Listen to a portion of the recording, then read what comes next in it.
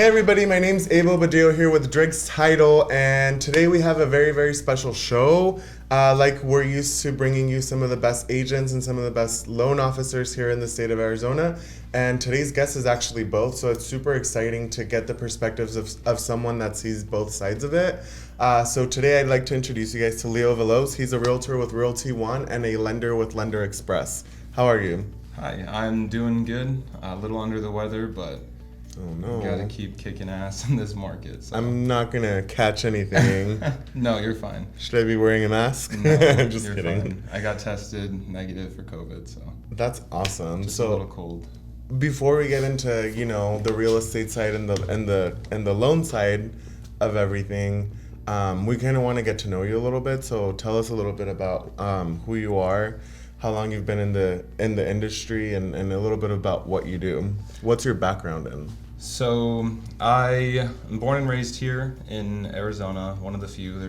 We're one of the states with more transplants than there are native Arizonans.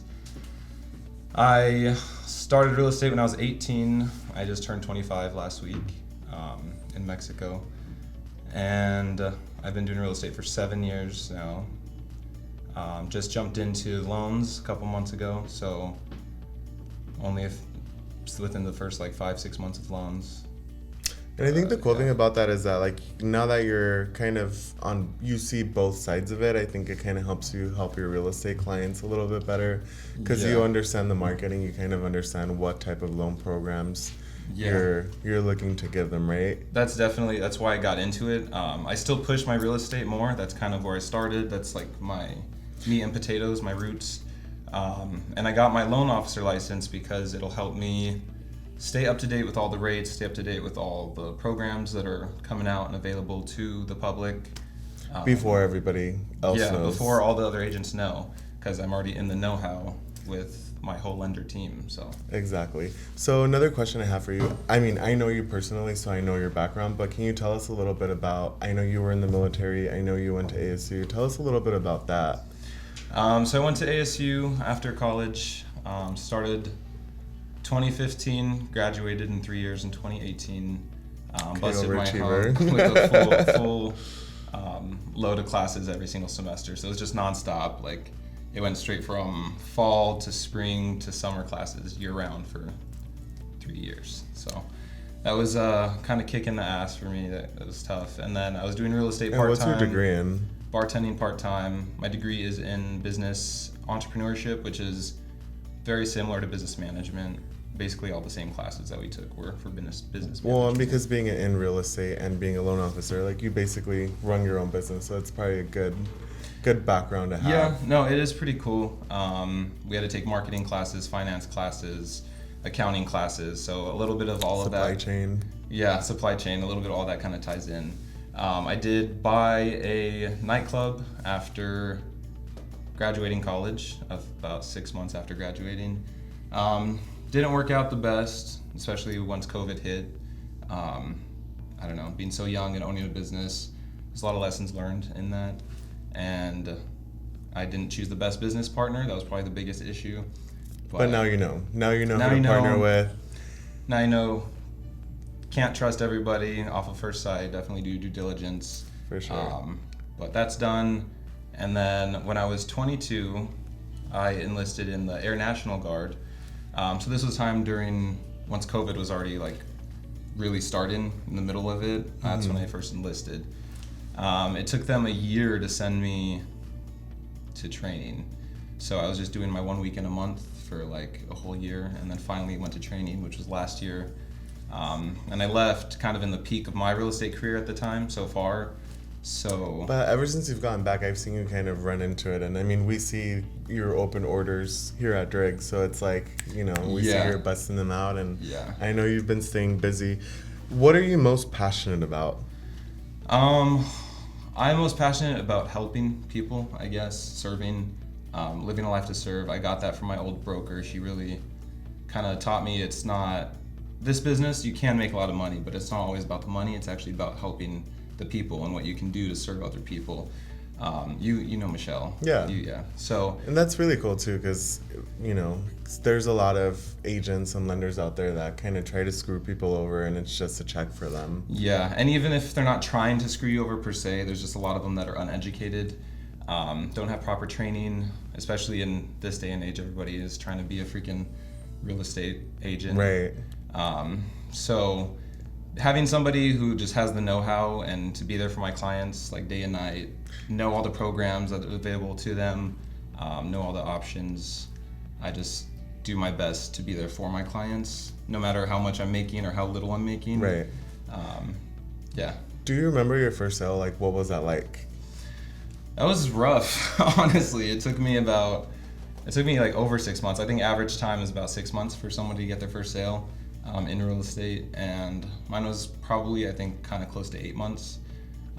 To get the first sale, I did help a lot of rentals in that time. Did you, what was the experience like? Do you still get as excited when you hand someone their keys as the first time, or? Most definitely, yes. I definitely always get excited when it comes to dropping off the keys, because that's the moment you're waiting for. You're jumping through all these hoops and barriers to get through your inspection period and repairs. And then now being on the loan side, I really see what goes into the loans and how many barriers you have with that, obstacles that come up for the underwriter to get the loan approved and finalized.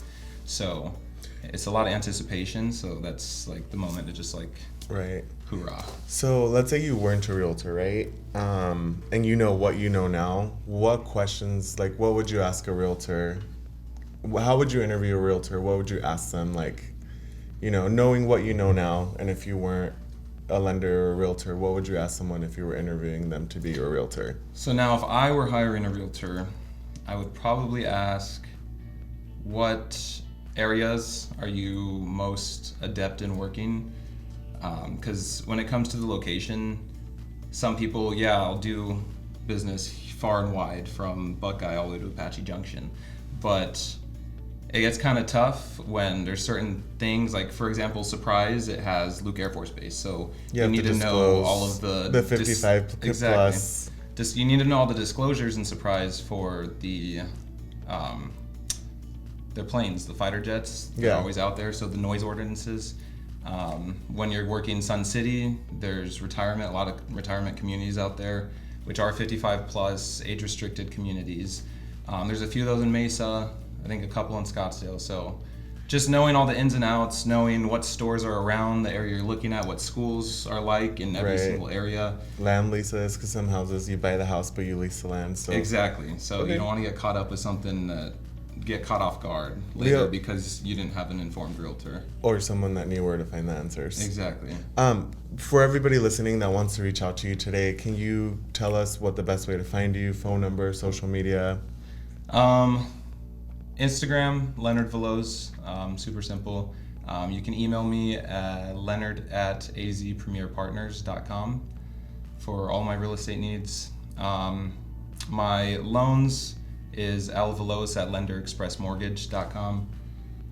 But either one of those will work. Definitely find me on Instagram, probably the easiest. You can send me a DM. My email's attached on there as well. So perfect. Leo, we're gonna go on a really, really short break, and when we come back, we're gonna play some games and kind of get into the nitty-gritty about real estate and lending.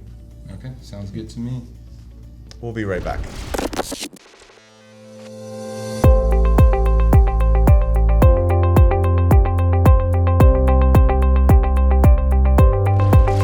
Hola a todos, mi nombre es María Villescas, trabajo aquí en la compañía de título Driggs Title Agency.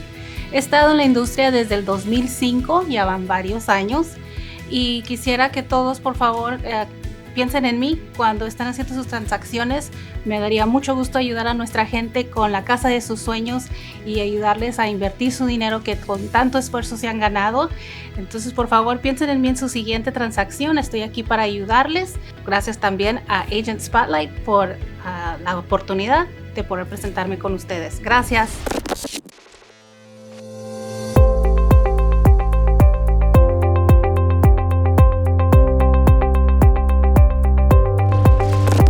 Hey everybody, Abel Badillo here with Driggs Title. This is our show, Agent Spotlight. We're back from a quick commercial break. Before we get into real estate and we get into lending in the market And all the trends, we like to play a few games around the show. So the first one's going to be truth or dare. Okay. Dare. Okay. I dare you to go on your Instagram and unfollow 3 people and tell us who they are. What? Can it be random people I don't know? Yeah, it can be anyone. But you have to tell us who they are. Why does it... Okay. Interesting. All right, following. Don't unfollow me. I was going to say it was about to be you.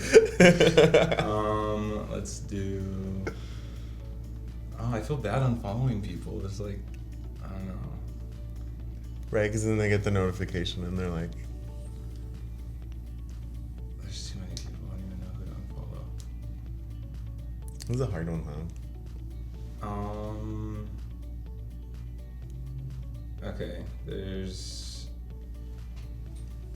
Ugh, I don't want to, like, hurt people's feelings. Like, are you supposed to... You don't even know half these people. I know, like, half. Actually. That's why I feel so bad. Well, then the other half. Let's see. Oh my gosh, I can't. I can't choose. Do you want to choose the truth? Okay, hang on. I found a... No, never mind. Just find one. Okay. Some random guy I don't know. His name is RJ. Oh, fun. RJ England. Sorry, RJ. There. Okay, cool. We'll leave it at that. So next we're gonna have you spin our roulette wheel. Typically shot of tequila is one of the prizes, but Dwayne Johnson didn't send our bottle in time, so today we have Gentleman Jack, sponsored by Jack Daniels. Okay. So go ahead and spin it hard. Hold on, move the little thing right there. What? There we go. All right. Spin it hard. What is Oh, it? it is a shot. How fun. Are you kidding me? It's 11 a.m. Abel. Listen, Oh my I don't gosh. make the rules.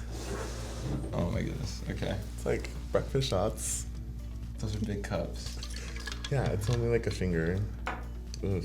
Whiskey is really not my spirit of choice. Mine either, but Dwayne Johnson didn't come through this month, so Okay, let me prepare. see, you're not like the other agents that ask for more. No, not at 11 a.m. No. Cheers. Ooh, that burned. So good. So, now that we're going to get back into the real estate side of it, I do want to ask you, how does it work being a lender and a realtor at the same time? Do you do the loans for your real estate clients, or what? How do you manage that? What's the process? So that is a good question. So being dual licensed, you have to have full disclosure when you're doing both sides of a transaction, and you can only do it if it is for a conventional loan. Okay. So if I have a real estate client who's getting a conventional loan, then I can also do the loan side.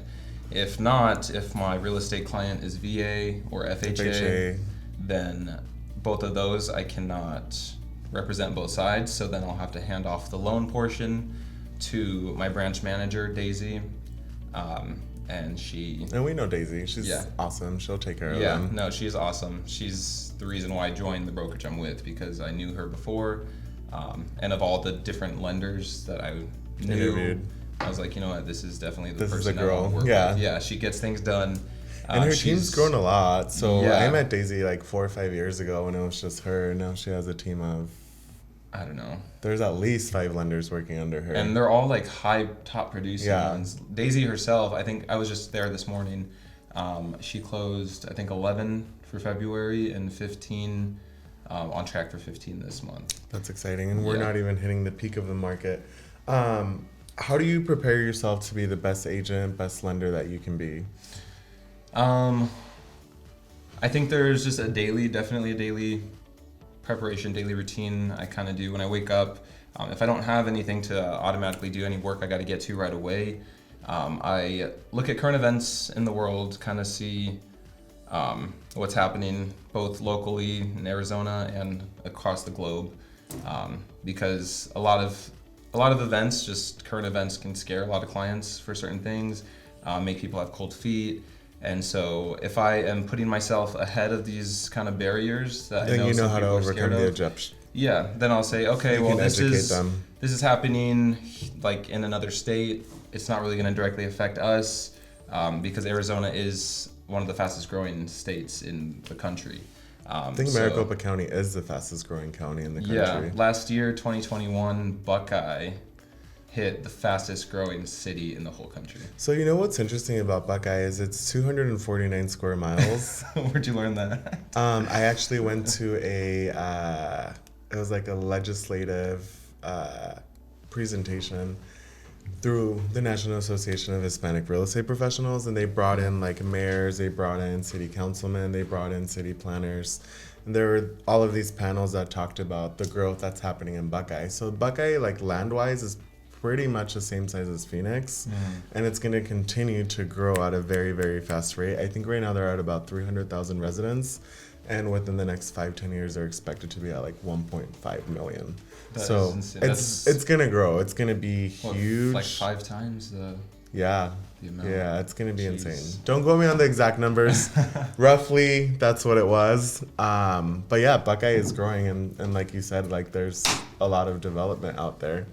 Do you charge if someone wants to come to a pre-qual, run their credit, see if you can qualify them for a loan? Is that something that you charge for, or if they have questions? Because we're starting to see a lot of realtors and lenders charge for those services. Yeah. So as far as my real estate goes, some agents or teams will charge a like upfront retainer fee, and make you sign a buyer broker agreement just to work with you.